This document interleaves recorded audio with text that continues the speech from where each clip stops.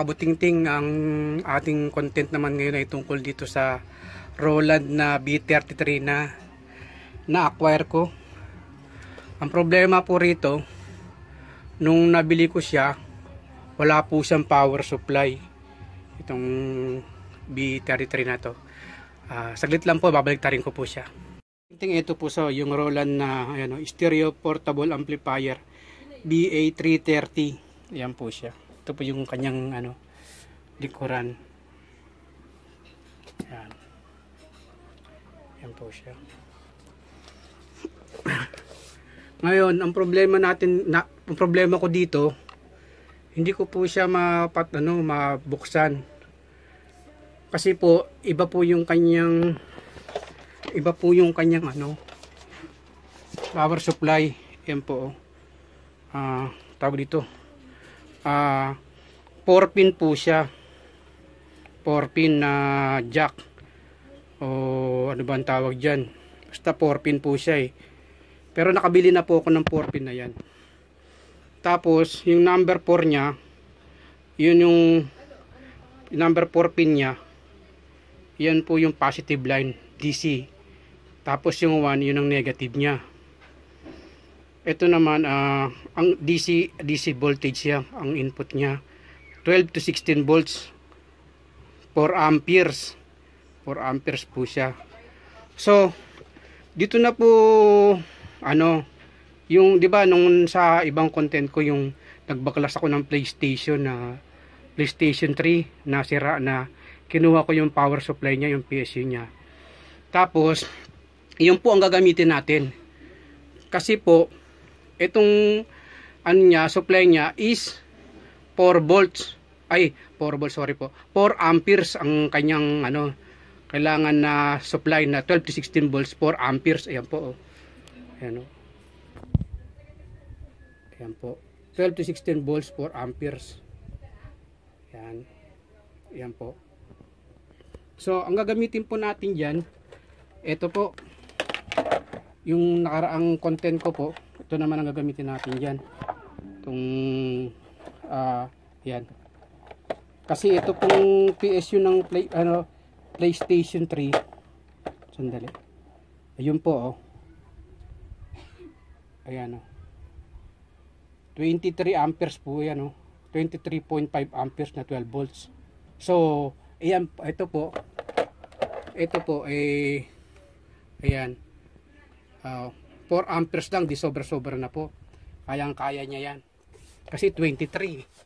Halos 1/4 lang ng power nitong ng PlayStation na to na PSU. So, yan. Yan, Sony, yan, PlayStation yan. At dito natin, tulad ditong project ko na to, dito natin magagamit itong mga ganitong klaseng PSU. Kasi siyempre, pag naghanap tayo ng power supply nito, medyo may kamahalan din. Saka pagkain, siyempre hindi natin alam itong mga pin na to, medyo parang tatamarin ko na kung paano mo ito magagamit. Ito naman, meron naman siyang battery dito. Kasi siyempre, pag AA yan, 8, 8 di laging ubos ang pera mo pagka bibili ka lagi ng battery lagi niya. Mas maganda na lang, ito na lang na power supply na lang. Kung hindi man sa PlayStation, maghanap na lang ng power supply na DC na basta pinaka minimum niya is 4 amperes para ma-drive niya yung ganito. Itong BA330. Yan. Yan po siya. So, mga kabutingting, tatry na po natin ikabit itong power supply dito sa dito sa Roland BA330. Try po nating ikabit yan. Yan. Ayan mga kabutingting. Ayan po, ito na po yung PSU natin galing sa PlayStation 3 na 23 amperes. Tapos, itong tulad ng sinabi ko kanina, itong Roland BA33 is 12 to 16 volts. 12 to 16 volts siya. na 4 amperes. Ayan. Bali, yan, pinapower na ko na. Ayan, meron siyang indicator ng power. Ayan na po. So, try na po nating patugtugin. Ito po yung cellphone, no. Copy at ano tayo ng non-copyright. Ayan po.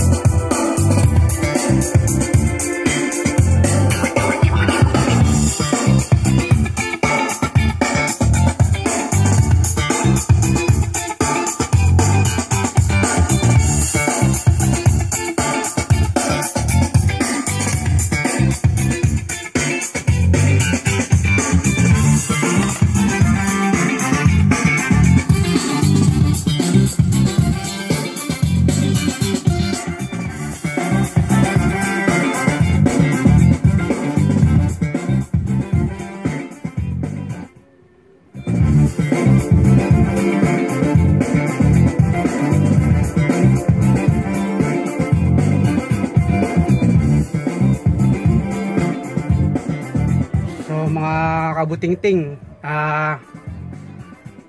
malaking bagay po na meron tayong ganito kasi napakaganda po, napakataas ng amperahe niya.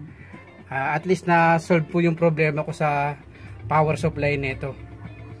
Baka kayo may mga ganun din kayong project na kailangan nyo, pag may mga sira kayong PlayStation o Xbox man, yung matataas po amperahe ng mga yun, pwede nyo pong gamitin. Kung hindi naman napakikinabangan yung console nyo, pwede nyo gamitin po yung PSU nya.